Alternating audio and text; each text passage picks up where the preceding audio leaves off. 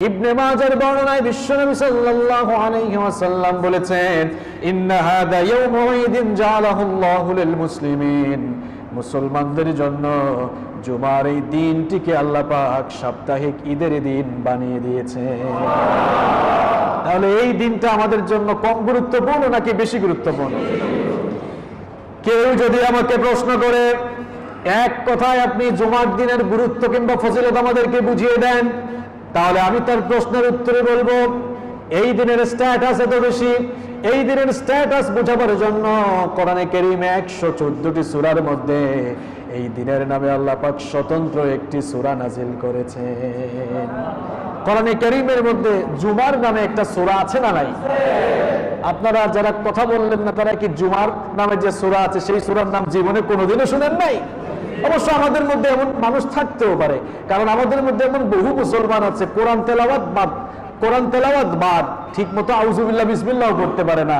তো যার কাছে আউযুবিল্লাহ বিসমিল্লাহর খবর নাই, তার কাছে কোরআনের 114 সূরার খবর কেমনে থাকবে? যার কাছে আউযুবিল্লাহ বিসমিল্লাহর খবর নাই, তার কাছে তো কোরআনের 114 সূরার খবর থাকার কথা না। তো সে কেমনে জানবে? কোরআনে কারীমে আল্লাহ তাআলা এই দিনটির স্ট্যাটাস বোঝাবার জন্য সূরাতুল জুমআহ নামে একটি সূরা নাজিল করে দিয়েছেন। সুবহানাল্লাহ। জুমার এই দিনটি হচ্ছে এত বেশি ফজিলতপূর্ণ, জুমার এই দিনটি হচ্ছে এত বেশি বরকতময়।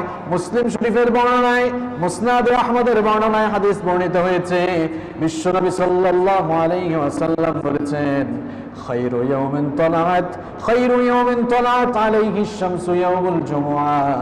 উদিত হওয়া সূর্যের প্রভাদীপ্ত দিনগুলোর মধ্যে আল্লাহর কাছে জুমার দিন হচ্ছে সবচাইতে শ্রেষ্ঠ দিন। সূর্য উদিত হওয়া দিনগুলোর মধ্যে সবচাইতে শ্রেষ্ঠ দিনের নাম কি? ইয়াউমুল জুমআহ। আমরা অনেকে বলি জুমা জুমা জুমা, আসলে শব্দটি হচ্ছে জুমআহ। শব্দটি হচ্ছে জুমআহ। এই দিনটির মর্যাদা কত বেশি দেখেন, এই দিনটা কত বেশি ফজিলতপূর্ণ দেখেন। মুসলিম শরীফের বর্ণনায় হাদিস বর্ণিত হয়েছে, সাইয়্যিদুল মুহাদ্দিসিন আবু হুরায়রা রাদিয়াল্লাহু আনহু হাদিসটি বর্ণনা করেছেন। বিশ্বনবী সাল্লাল্লাহু আলাইহি ওয়াসাল্লাম বলেছেন, আদাল্লাহু আনিল জুমআতি মান কানা ক্বাবলানা। বিশ্বনবী সাল্লাল্লাহু আলাইহি ওয়াসাল্লাম বলেছেন, আমাদের পূর্ববর্তী উম্মতদের কোন উম্মতকে আল্লাহ পাক জুমার দিনের ব্যাপারে সঠিক পথের সন্ধান দেন নাই।